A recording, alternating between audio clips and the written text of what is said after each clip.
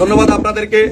আজকে যারা এখানে এই সাংবাদিক সম্মেলন এবং প্রতিবাদ সমাবেশে যারা উপস্থিত হয়েছেন সকলকে ধন্যবাদ জানাচ্ছি। তো আপনারা জানেন আমরা এখানে আজকে উপস্থিত হয়েছি একটা কারণে, আমাদের একটা স্পেসিফিক কারণ।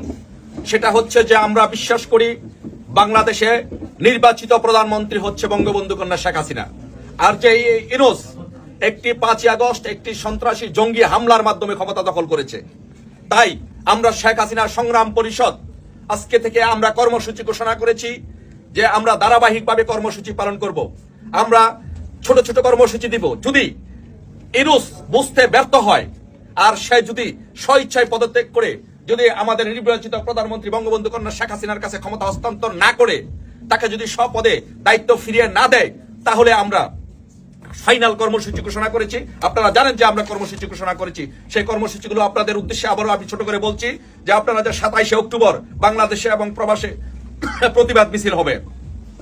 3রা নভেম্বর সারা বাংলাদেশে বিক্ষোভ সমাবেশ আমরা ঘোষণা করেছি এবং 10ই নভেম্বর ঢাকা ও গাজীপুরে হরতাল কর্মসূচি পালন করব এবং 17ই নভেম্বর সারা বাংলাদেশে একসাথে হরতাল পালন করব। তাও যদি ইউনূস বুঝতে ব্যর্থ হয় এবং পদত্যাগ না করে, তাহলে 17ই নভেম্বর সারা বাংলাদেশে আমরা হরতাল পালন করব। তাও যদি ইউনূস ব্যর্থ হয়, বুঝতে যদি ব্যর্থ হয় এবং যদি শেখ হাসিনার কাছে যদি ক্ষমতা হস্তান্তর না করে, তাহলে 24শে নভেম্বর আমরা ঢাকা অবরোধ কর্মসূচি পালন করব। তারপরে যদি ইউনূস তার যদি বোধোদয় না হয়, সে যদি পদত্যাগ না করে, তাহলে 1 ডিসেম্বর সারা বাংলাদেশে আমরা কমপ্লিট শাটডাউন করব। সারা বাংলাদেশে কমপ্লিট শাটডাউন হবে 1 ডিসেম্বর।